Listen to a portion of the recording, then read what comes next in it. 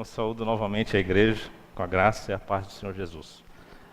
É uma satisfação, irmão, estar aqui à frente, nessa responsabilidade, para estar trazendo a meditação aos amados. E já faz algumas semanas que eu venho meditando nesse texto de Colossenses, no capítulo 1, a partir do versículo 16. Especificamente sobre este assunto da preeminência e plenitude de Cristo. É sobre isso que eu gostaria de estar considerando com os irmãos esta noite. Vamos abrir lá em Colossenses capítulo 1, a partir do versículo 16.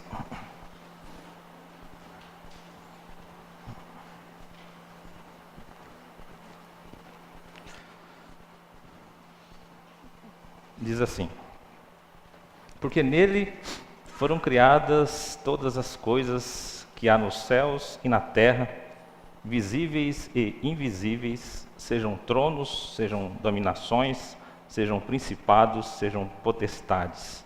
Tudo foi criado por Ele e para Ele. E Ele é antes de todas as coisas, e todas as coisas subsistem por Ele. E Ele é a cabeça do corpo da igreja. É o princípio e o primogênito dentre os mortos, para que em tudo tenha a preeminência. Porque foi do agrado do Pai que toda a plenitude nele habitasse, e que, havendo por ele feito a paz pelo sangue da sua cruz, por meio dele reconciliasse consigo mesmo todas as coisas, tanto as que estão na terra como as que estão nos céus.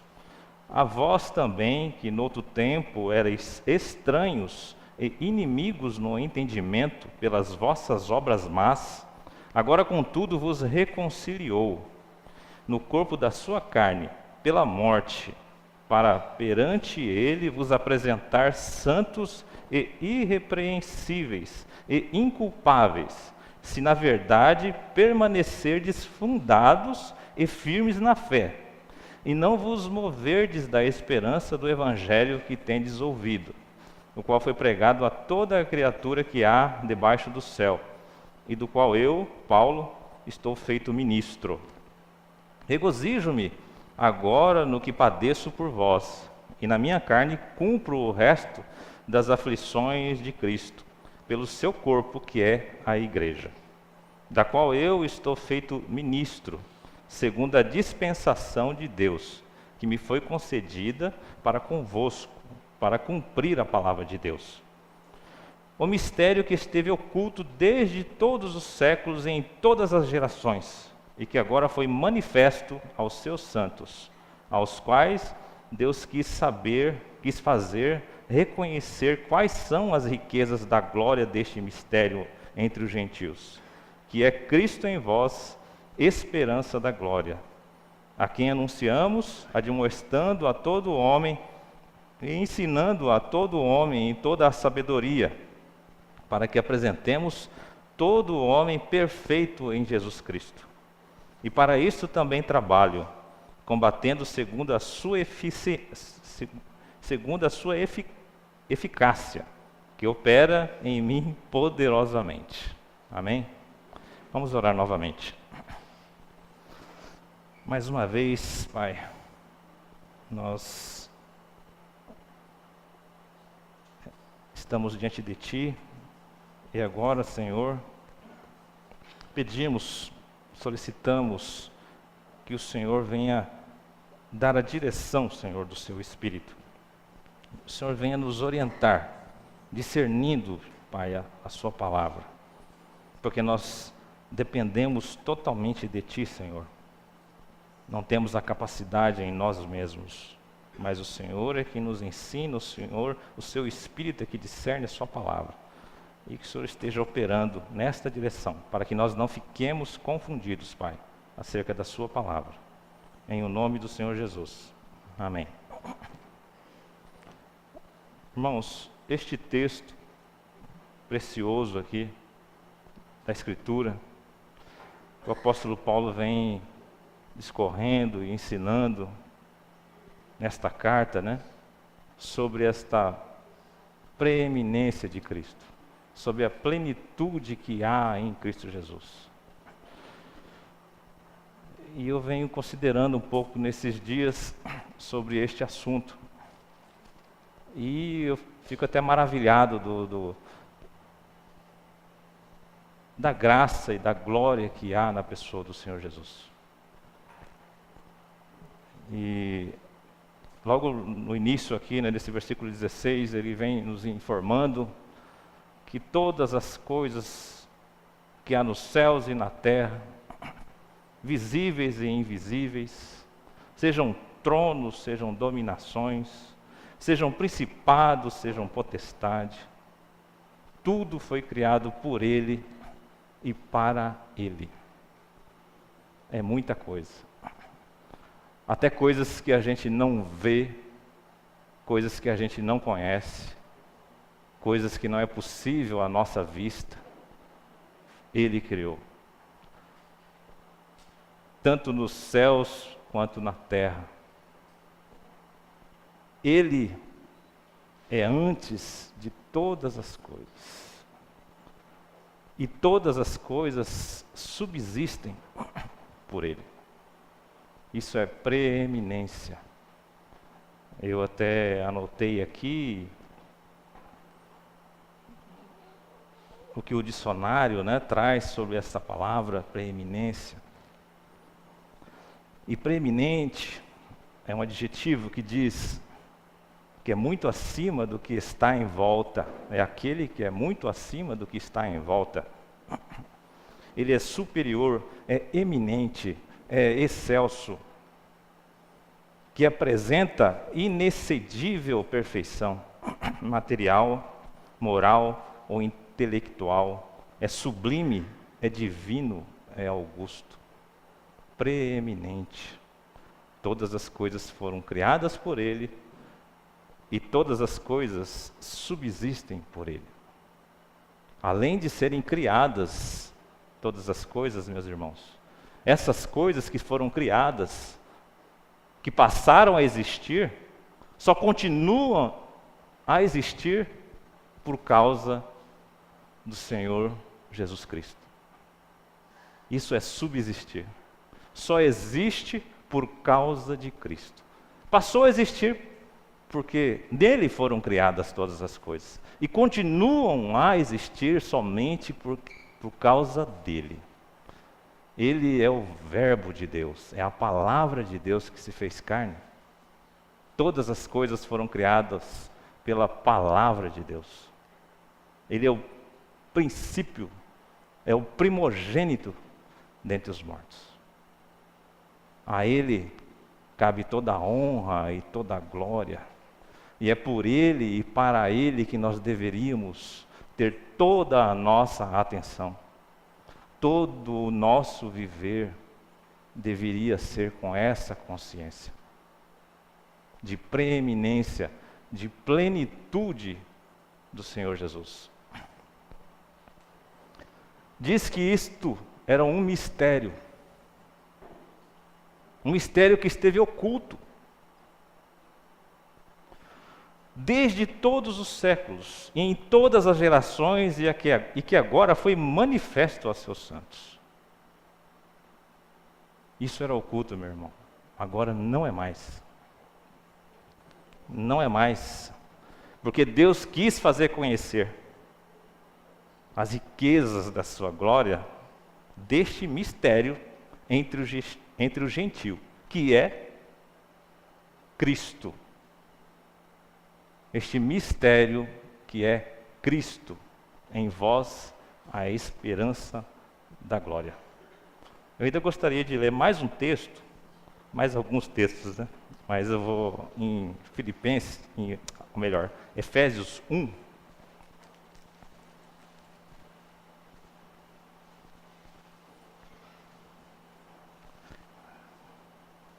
Nessa mesma direção,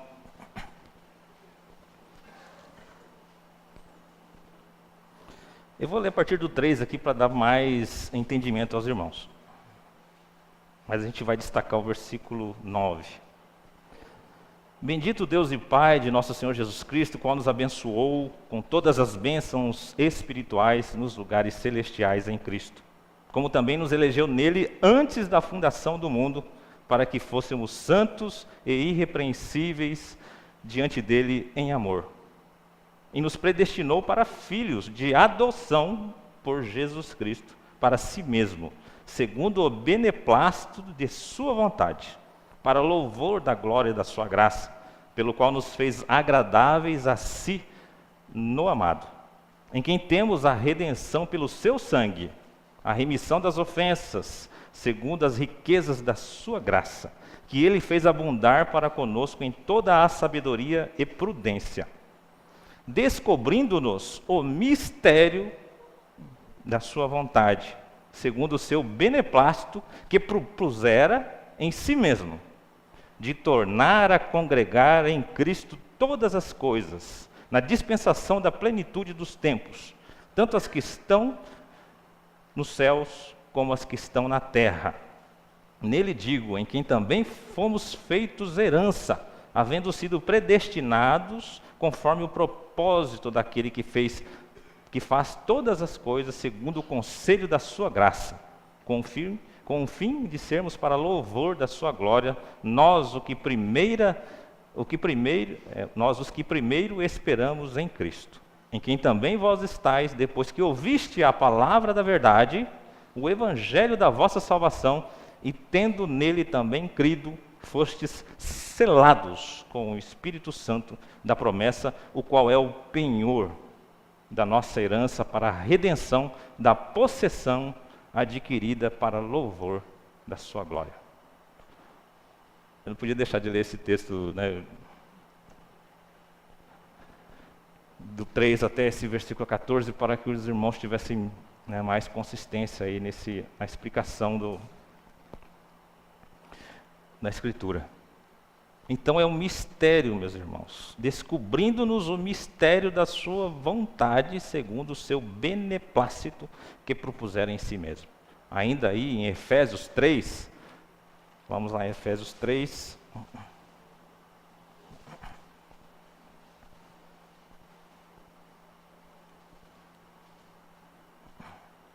O 9, a partir do 9, diz assim: e demonstrar a todos qual seja a comunhão do mistério, que desde os séculos esteve oculto em Deus, que tudo criou por meio de Jesus Cristo, para que agora, pela igreja, a multiforme sabedoria de Deus seja conhecida dos principados e potestades nos céus, segundo o eterno propósito que fez em Cristo Jesus, nosso Senhor, no qual temos ousadia e acesso com confiança pela nossa fé nele.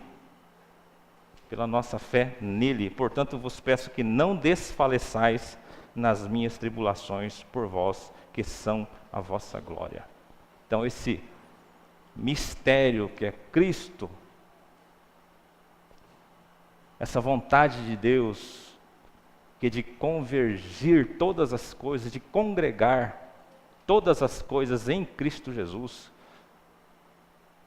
Este é o eterno propósito de Deus para nós.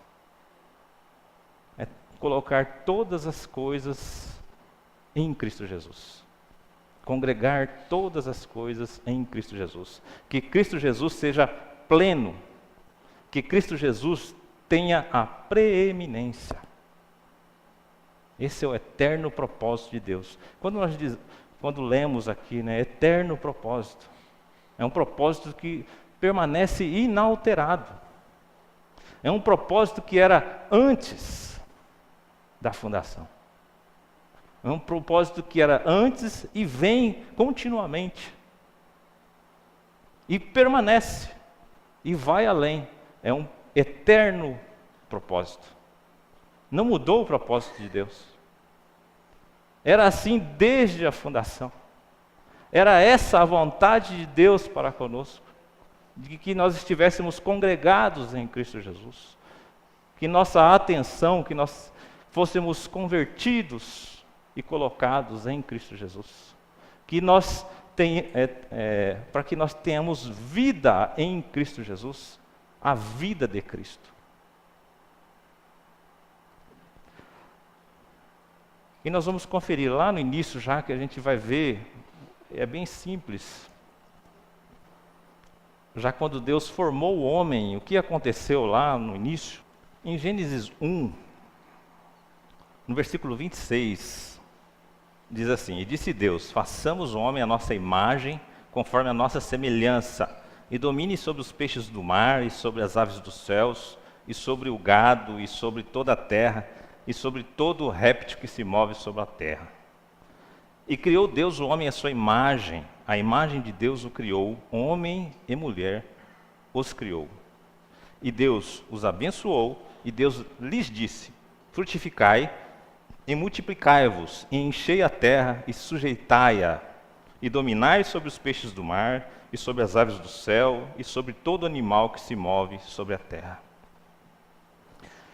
No capítulo 2, no versículo 7, ele diz assim: E formou o Senhor Deus o homem do pó da terra, e soprou em suas narinas o fôlego de vida, e o homem foi feito alma vivente. E plantou o Senhor Deus um jardim no Éden, do lado oriental, e pôs ali o homem que tinha formado. E o Senhor Deus fez brotar da terra toda a árvore agradável à vista e boa para a comida, e a árvore da vida no meio do jardim, e a árvore do conhecimento do bem e do mal.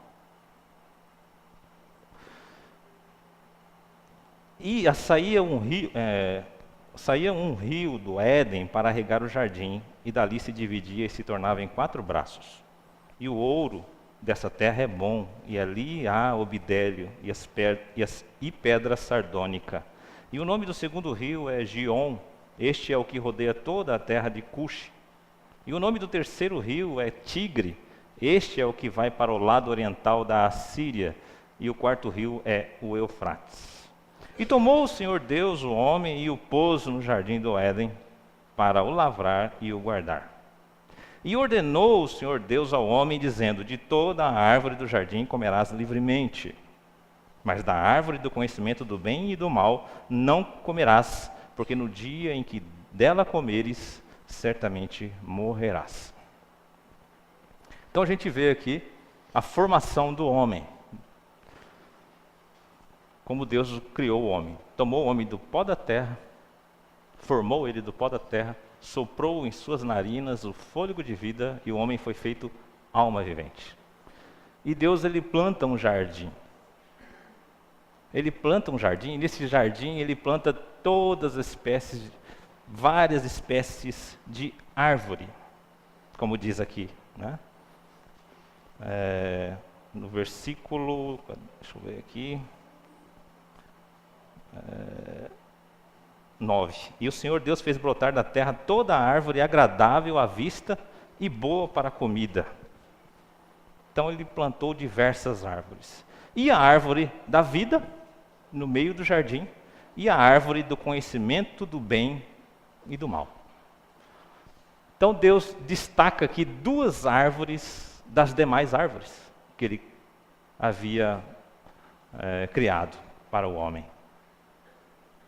Uma, árvore da vida, e outra, árvore da ciência do bem e do mal. Deus tem tinha um eterno e tem um eterno propósito para com o homem, de congregá-lo em Cristo. O homem não foi feito eterno, porque nós temos uma árvore aqui que traria isso. A gente vê aqui que Deus, ele dá uma palavra. Ele diz que de toda a árvore do jardim o homem poderia comer livremente, mas da árvore da ciência do bem e do mal, não. Porque no dia em que dela comeres, certamente morreria. Essa palavra que Deus tinha para o homem. Poderia comer de todas as árvores. Deus tinha uma vontade para com o homem e tem, mas Ele não impõe a sua vontade. Por que Deus criou a árvore da ciência do bem e do mal? Porque Deus não impõe a sua vontade. Porque se Deus não tivesse plantado essa árvore, seria apresentado somente a possibilidade do homem comer aquilo que Deus realmente queria para ele. Mas você fala, mas o que tem de mal nisso, né? Seria bom? Seria. Mas seria imposto.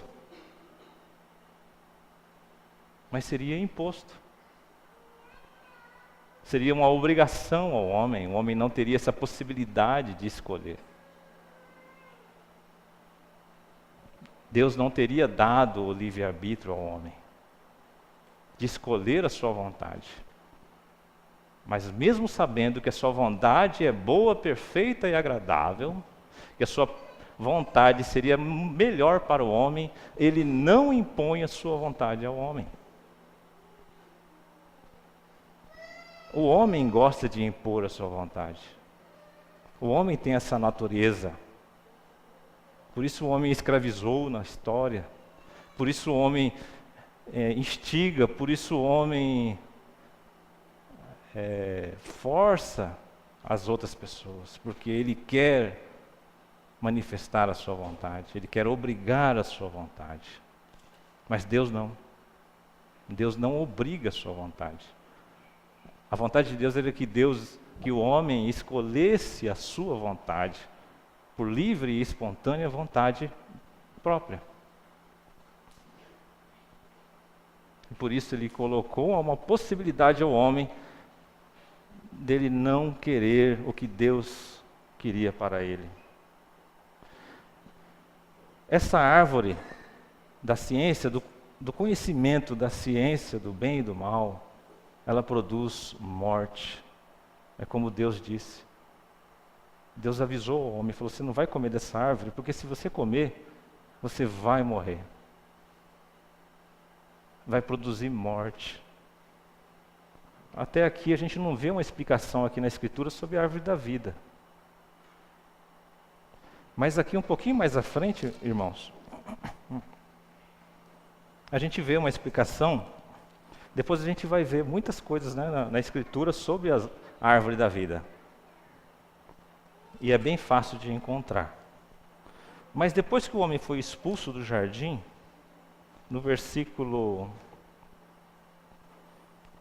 a partir do versículo 22, diz assim, ó, no 3, né? Capítulo 3, no 22 de Gênesis. Diz assim, então disse o Senhor Deus, eis que o homem é como um de nós, sabendo o bem e o mal. Ora, para que não estenda a sua mão e tome também da árvore da vida, e coma e viva eternamente. Olha só. Aí tem a característica da árvore da vida, que era produzir vida eterna. A árvore da ciência do bem e do mal produz morte. A árvore da vida produz vida eterna. E o homem não tinha vida eterna. O homem tinha o fôlego de vida que Deus tinha dado, mas não era eterno. A vida eterna é dada pela árvore da vida, que é a figura de Cristo. Vocês conseguem ver que a árvore da vida é uma figura de Cristo? Amém? Tem vários textos, eu vou usar alguns conhecidos, né?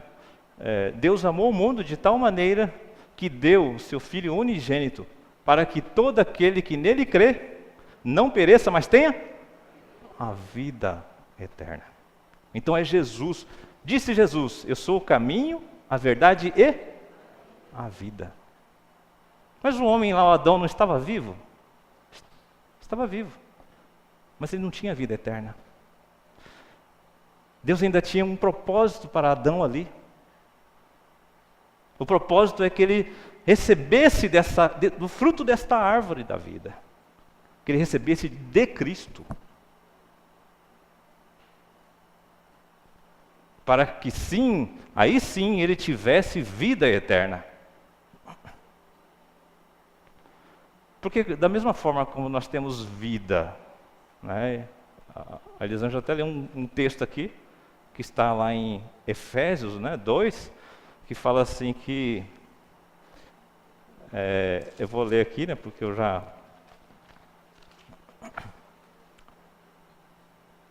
Que nós éramos mortos dos pecados,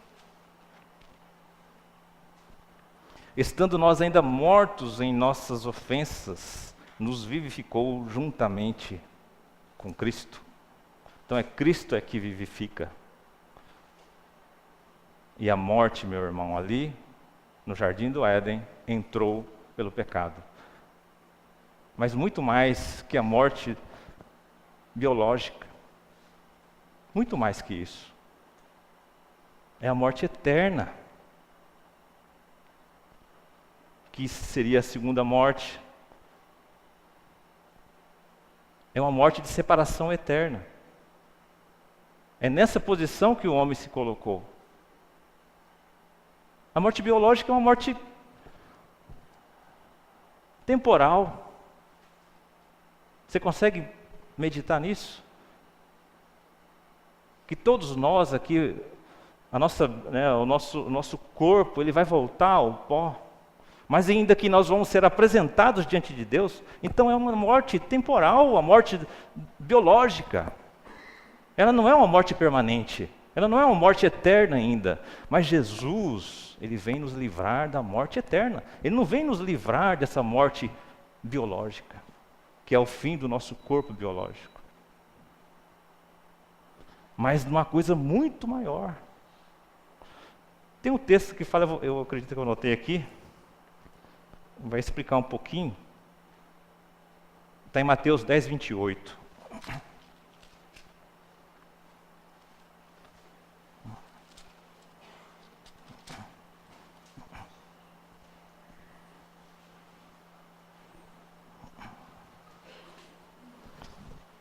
Jesus ensinando aqui, em Mateus 10, 28, ele diz assim: e não temais os que matam o corpo e não podem matar a alma. Temei antes aquele que pode fazer perecer no inferno a alma e o corpo. Então é claro aqui, meus irmãos, que existe uma morte que não é essa morte física, o qual a gente tem tanto medo. E a gente tem medo da morte física. Mas o problema nosso, o pecado, quando entra, ele traz a morte eterna. É uma morte de separação eterna de Deus. A morte do nosso corpo biológico não é uma separação eterna. E nós vivemos muitas vezes com medo da morte biológica. A palavra de Deus, ela nos ensina que é mais bem-aventurado, né? Que é melhor ir a casa onde há luto do que onde há festa ou banquete. Hoje, está fazendo um mês que minha mãe faleceu. E hoje eu ainda fui em outro velório do pai de um amigo de serviço, que é irmão também em Cristo. E as pessoas estão desfalecendo, porque isso faz parte. A morte biológica faz parte da vida biológica. Tão certo quanto o nascimento também é o morrimento. É uma das certezas que nós temos na vida. Vai voltar ao pó. A palavra só faz uma exceção no período em que Cristo voltar e haver seria o arrebatamento, quando Cristo ressuscitar os mortos. Aí aqueles que estiverem vivos, esses não provarão da morte, mas eles serão transformados, porque este corpo não vai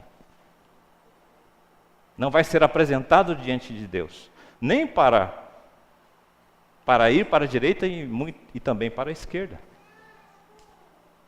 Porque a morte biológica ela é temporal. Ela é só até esse momento aí. Ela é só do corpo. E não é essa que nós devemos temer. Não é essa. Eu ainda aprendi muitas coisas porque a palavra vem dizendo que é melhor ir onde há luto. Por quê? Porque lá você vê o fim e você aplica no seu coração. Ela eu vejo assim como uma sombra do que realmente, porque a morte aqui na terra para nós, né, a pessoa ela não se faz mais presente entre nós. Ela é sombra do que vai acontecer lá na frente, mas só que nunca mais vai estar presente. A morte eterna é diferente. Será que nós temos aplicado isso em nossos corações?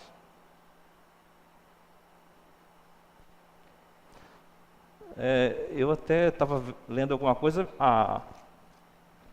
sobre essa questão, né? E eu vi alguns comentários, porque a minha mãe ela tinha um tumor na cabeça, tal do meningioma, que é uma membrana que envolve o cérebro, né? Ela divide o cérebro da caixa craniana. E foi ali que se desenvolveu esse tumor, apesar de não ser maligno, ele cresce e pressiona o cérebro e faz com que a pessoa, né, perca muitas das suas funções. E foi assim que aconteceu. Por alguns anos. Muitos dos irmãos tiveram a oportunidade e foram visitar lá minha mãe. Mas uma coisa eu aprendi também. E que a vitória, meu irmão, em que a vitória está na esperança e na fé. Não está no você não morrer, não está em o seu corpo biológico permanecer. A vitória não é que você não vai morrer. Porque se fosse assim, ninguém teria vitória. Porque existe alguém que não vai morrer? Existe algum ser aqui que vai ficar com o seu corpo biológico sem desfalecer? Então a vitória não está relacionada a isso. Não é você conservar a sua vida biológica, igual muitos estão falando aí, que venceu tal, fulano venceu isso, venceu que não. Vencer, meu irmão, é você guardar a fé. Diante da morte até, diante das situações, do seu dia a dia, isso é vencer. É você permanecer firme na fé. A palavra fala assim. Não é você morrer. A gente acha que quem morreu porque perdeu. Não, não necessariamente. Não é assim que funciona. Quando nós seremos apresentados diante de Deus, é porque todos nós já teríamos morrido, né, lá na glória. Quando vai haver aquela divisão, né, dos bodes e das ovelhas, aquele apartar, né? E todos ali já teriam provado da morte. E os que estiverem à direita, esses são vitoriosos em Cristo, porque Cristo apresentarão a estes diante do Pai. Ele os justificará. Jesus justificará os da direita. E eles serão vitoriosos em Cristo Jesus. Porque qual é aquele que vence o mundo, senão aquele que crê no Filho? Aquele que guarda a fé. O apóstolo Paulo ele fala assim, combati o bom combate, né? Corri a carreira, guardei a fé. Então é a fé, meu irmão. Não é o fato de você passar por uma situação e continuar com a sua vida biológica intacta. Jesus não veio para conservar a nossa vida biológica. Ele não veio salvar da morte biológica. Se o problema do homem fosse só a morte biológica, ele morrendo biologicamente já estaria. A lei estaria suprida. E não necessitaria de Cristo ter morrido um sacrifício vivo. É a morte eterna que nós estamos sendo livrados por Cristo Jesus. É da morte eterna. Aí está a preeminência de Cristo. Aí está a preeminência. E E existe um momento tão preeminente e sublime quanto o próprio Senhor Jesus, que é o momento que ele veio, que é o momento para o qual ele veio e ele com suas palavras disse isso, que está lá em João 12, no versículo 27, né, quando ele diz assim, Pai, ele diz assim, agora minha alma está perturbada. Agora minha alma está perturbada. E que direi eu?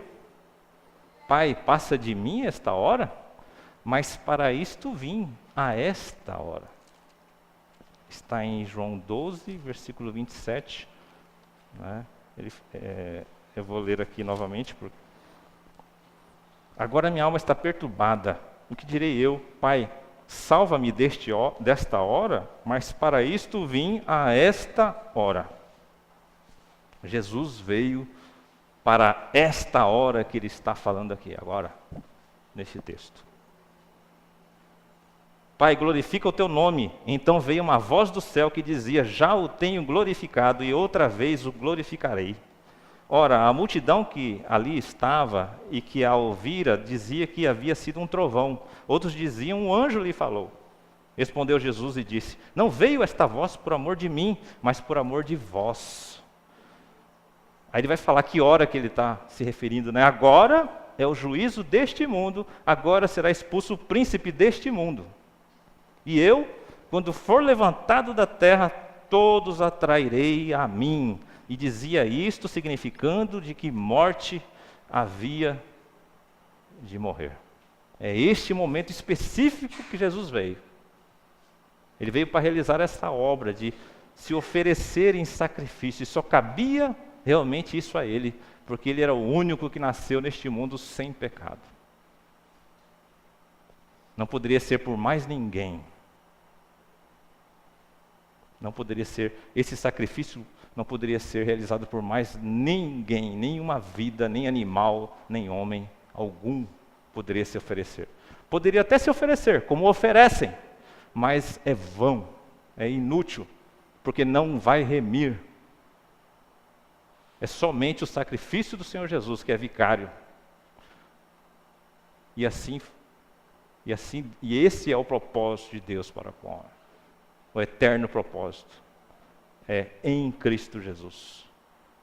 Esse sacrifício é único. Não desprezemos esse sacrifício, porque quando eu faço um outro sacrifício ocorrente para a salvação, o que eu estou fazendo? Eu estou desmerecendo esse sacrifício. Antes se ofertavam, sacrifício de bodes e ovelhas e animais, mas não eram aperfeiçoados. Constantemente precisava oferecer sacrifício todos os anos. E não era pleno, era sombra. Esses sacrifícios que haviam antes era sombra do sacrifício eterno, do sacrifício pleno, do sacrifício vicário de Cristo Jesus.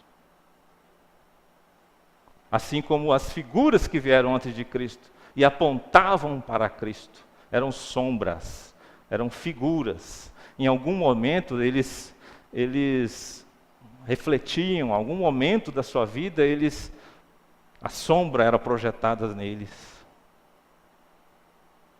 Mas a preeminência é de Cristo. Os que vieram antes, sejam os profetas, todos apontavam para Cristo, não para que nós queiramos a vida deles. Não é para a gente querer a vida de Davi, ou de Moisés, ou de Abraão, mas é para a gente ter consciência que eles apontam para Cristo.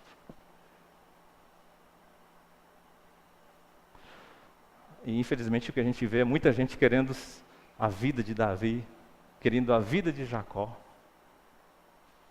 querendo a vida de Abraão, porque eram pessoas abastadas. Mas a gente raramente ouve falar que eu quero ser como Cristo, eu quero a vida de Cristo. E é a vida de Cristo que o Pai oferece. Não é a vida de Abraão, de Davi. Não que eles não foram usados para apontar para Cristo. Mas neles foram encontradas iniquidade. Em Cristo não. Porque nós temos um sumo sacerdote que, como nós, em tudo ele foi tentado, mas sem pecado. Sem pecados. Meus irmãos, não fiquemos com as figuras. As figuras foram usadas para apontar para Cristo.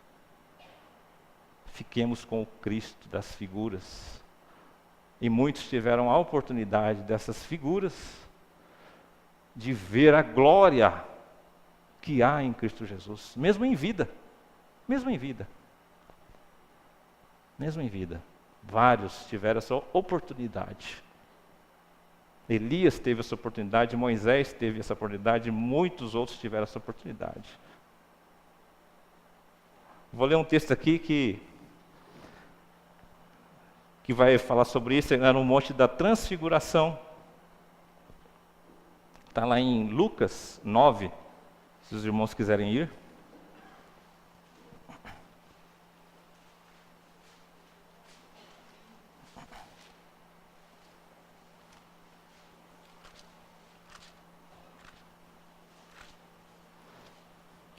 Tem em Mateus e tem em Marcos também, esse mesmo texto. Tem Mateus 17, Marcos 9, mas vamos ler o de Lucas 9, no versículo 28, a partir do 28 aí. E aconteceu que quase 8 dias depois destas palavras, tomou consigo a João e a Tiago, e subiu ao monte a orar. E estando ele orando, transfigurou-se a aparência do seu rosto, e a sua roupa ficou branca e muito resplandecente. E eis que estavam falando com ele 2 homens, que eram Moisés e Elias. Então, nesse momento que Jesus está orando aqui, diz que foi transfigurada a sua aparência, ou seja, transfigurar mudou. A aparência de Cristo mudou. E ele estava ali conversando com Moisés e Elias, os quais apareceram com glória e falavam da sua morte, a qual havia de cumprir-se em Jerusalém. Esse é o único texto que fala o assunto que eles estavam conversando. Os outros 2 falam da presença de Elias e Moisés, mas não fala do assunto que eles estavam conversando. Esse texto ele fala do assunto. Sobre o que eles estavam conversando? Sobre a morte de Cristo. Eles estavam falando sobre o Evangelho. Elias e Moisés, Cristo Jesus, estavam falando acerca do Evangelho, que é a morte. Morte, sepultamento e ressurreição em Cristo. Eles estavam falando sobre isso. Moisés, ele pediu para ver a glória de Deus. Ele pediu a Deus para que Deus mostrasse a sua glória. E Deus mostrou, está aqui. Ele foi lá naquele momento que antecedia a crucificação de Cristo e viu a glória de Deus, que é Cristo.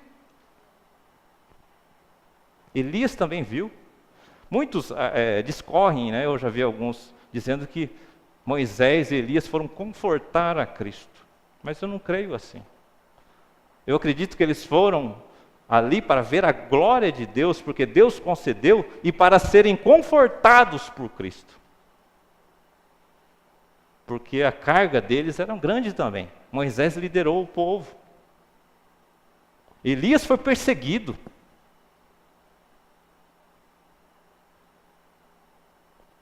E eles foram ali conversar. E Deus, pela sua graça, mostrou ali. Tão simplesmente assim, meu irmão. Vamos crer assim.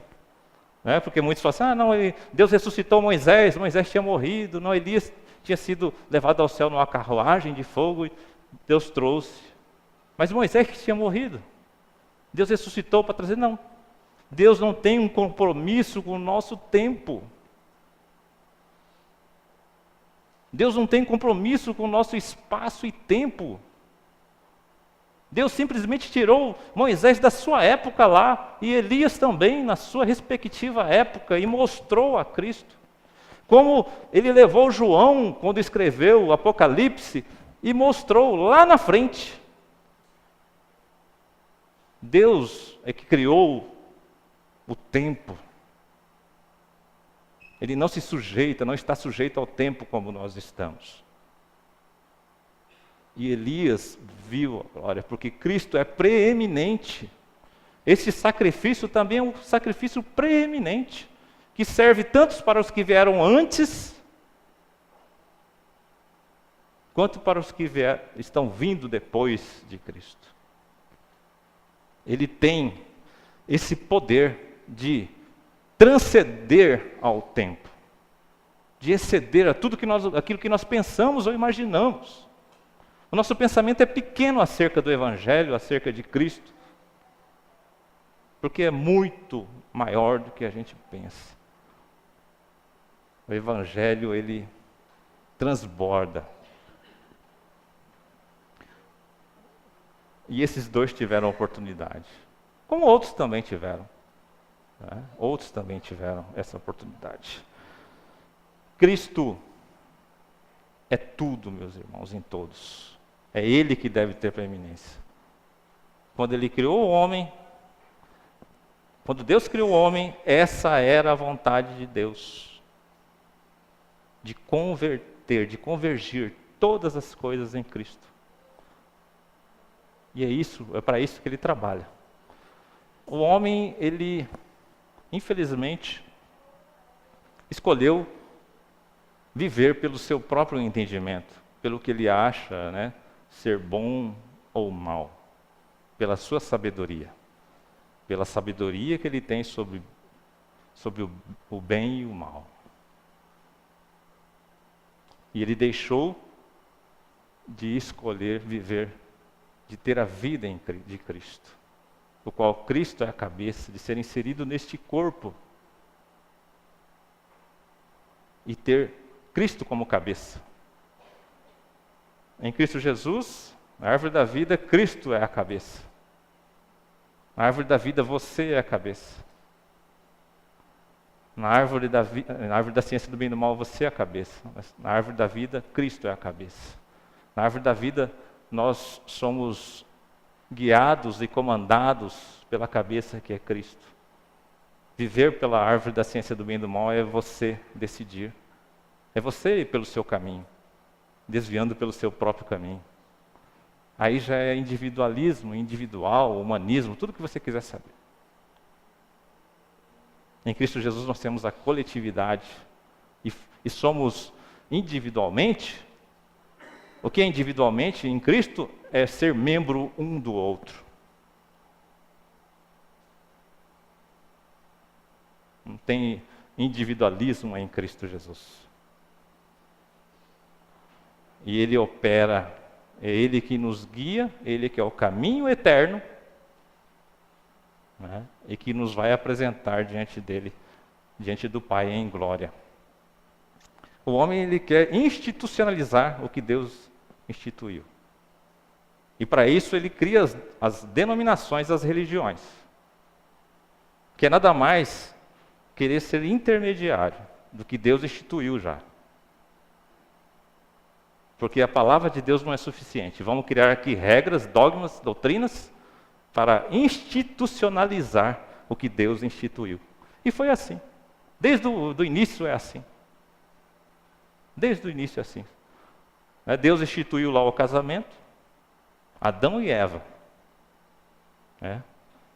Somente os dois.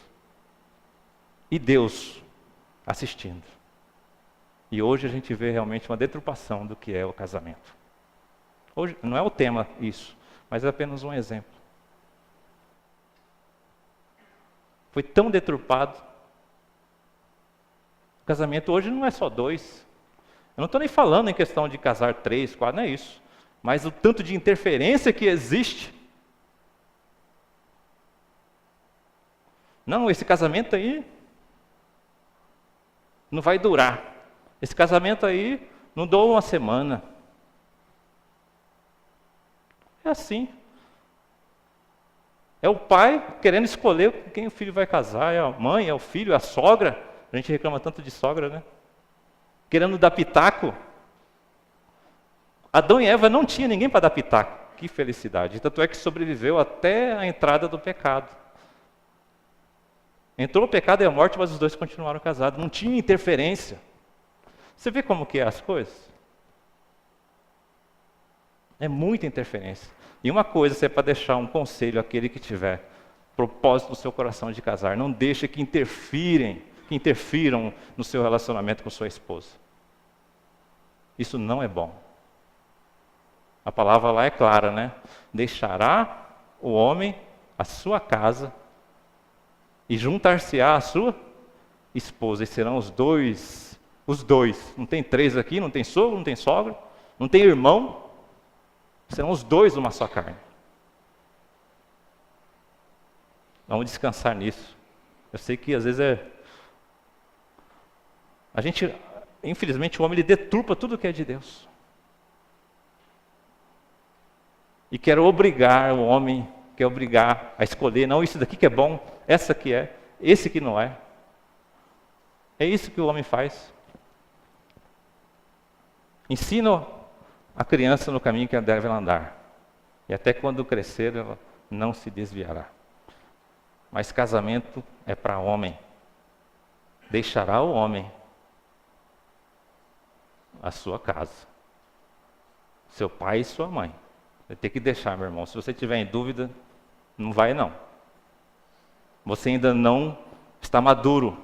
Ainda não está se portando como homem. Porque você está perguntando, você está se aconselhando e você ainda está em dúvida no seu coração. Você ainda, calma. Se desenvolva, porque quando você chegar nesse ponto de não ter, de chegar só você, a sua esposa e Deus, aí sim.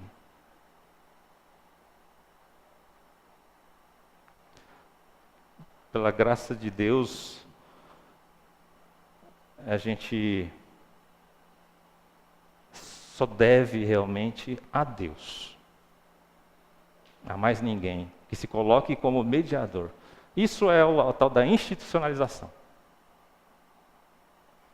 Deus instituiu o casamento, o homem falou assim, peraí, mas vamos aqui fazer mais algumas regras.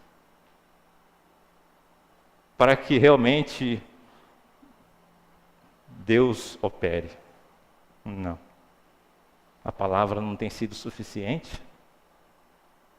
Eu não estou pregando aqui anarquia, que a gente não deva se sujeitar às leis dos homens, não é isso. Mas nós temos que ter consciência que quem instituiu é Deus.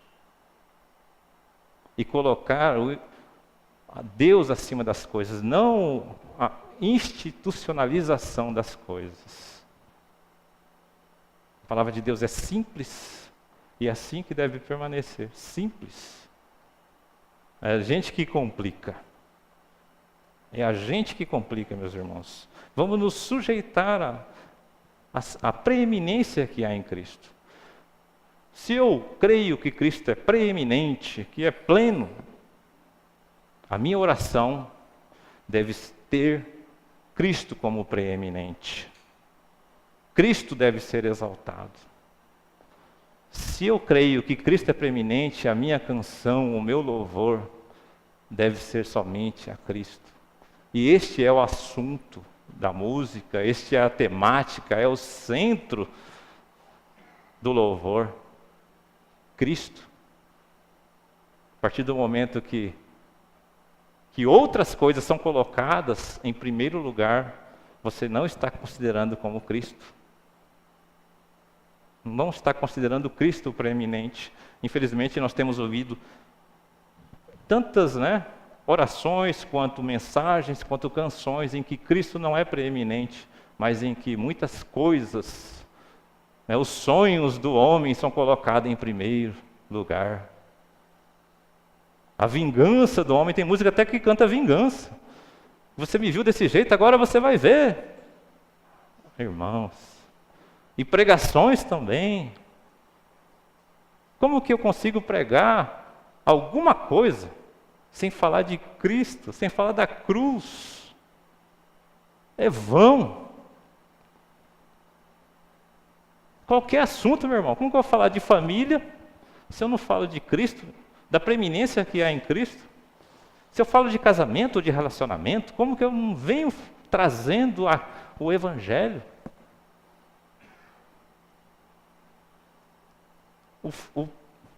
o eterno propósito de Deus, meu irmão.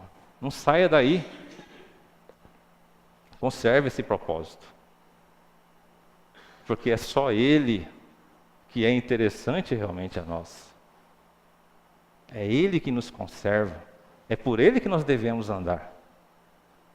Né? Ele é o que era, o que é e o que há de vir. Todas as coisas foram feitas por Ele e todos subsiste por meio dEle. Vamos reconhecer. Porque a gente às vezes fala, conhece, mas não reconhece. Nas nossas atitudes, no nosso viver, no nosso caminhar. Eu falo que creio, mas a minha atitude demonstra outra coisa. Porque dele, para Ele e por Ele são todas as coisas. João 17. Não gostaria de ler mais este texto.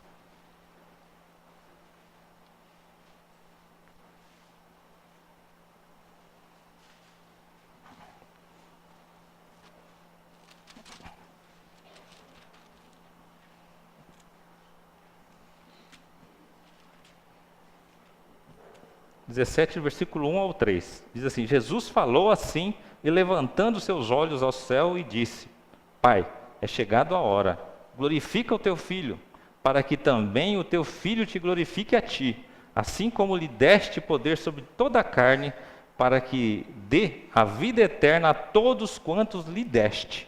E a vida eterna é esta, que te conheçam a ti só, por único Deus verdadeiro, e a Jesus Cristo a quem enviaste. É isso que nós devemos conhecer. A vida eterna é esta, que te conheço a ti só, por único Deus verdadeiro, e a Jesus Cristo a quem enviaste. É Jesus que dá a vida eterna, aqui está dizendo, né? Aqui, ó. Assim como lhe deste poder sobre toda a carne, para que dê a vida eterna a todos quanto lhe deste. Existe só um mediador entre Deus e os homens, que é o preeminente, que é o pleno, que é o Salvador, que é o Senhor. É só Ele que media. Existe só um mediador entre Deus e os homens, Jesus Cristo, homem. Ele é o preeminente. Meu irmão, você não precisa de intermediador mais. Você não precisa, mas eu preciso ir até o irmão. Você não precisa. Eu preciso ir até aquela profetisa. Ela precisa falar alguma coisa para mim. Você não precisa, meu irmão, não tem mais mediador. Eu preciso que o Beltrano ore por mim. Você não precisa. Você não precisa. Existe só um mediador e está livre o caminho. O véu que havia antes, ele foi rasgado. Nós temos acesso pela graça a Jesus Cristo. Nós temos acesso ao Pai. Gratuitamente. Não se coloque também como mediador. Está livre. Não dificulte. Não fique no caminho. Não prejudique as outras pessoas. Se estão indo a você como mediador, explique a ela. Fale, eu não sou mediador, você também pode. Eu vou orar por você. Mas você também pode orar. Você também pode ter comunhão com Deus. A gente vê hoje, eu estava assistindo um programa de reportagem, de entrevistas, e existe um guru agora das estrelas. Porque precisa de alguém para mediar. Eu preciso de alguém para conduzir os meus passos. Eu preciso de uma cabeça humana melhor que a minha, aperfeiçoada. Não, meu irmão, você não precisa. Você não precisa. Nós precisamos andar pela cabeça que é Cristo. Enquanto você estiver colocando um homem, você está na sombra, você está indo atrás da sombra, que muitas vezes está sendo usado para apontar para Cristo, mas você não está entendendo. Sujeite a Cristo. Sujeita ao eterno propósito que Deus tem, de congregar, de convergir todas as coisas em Cristo. Vamos nos sujeitar a Cristo tão somente. e vamos reconhecer e dar a Ele toda a honra e toda a glória. Nós fomos criados para dar glória a Deus, e não ao contrário. Porque a gente fica pensando que Deus é que cabe, Deus é que tem que me dar honra, Deus que tem que me glorificar, Deus tem que atender os meus pedidos, como se Deus fosse um gênio da lâmpada, e não é. Não é. Eu li um texto, ficou faltando um pedacinho, eu gostaria de Lucas 9, faltou só um pedaço, eu não continuei ali, né? Vamos lá, que é do Monte da Transfiguração.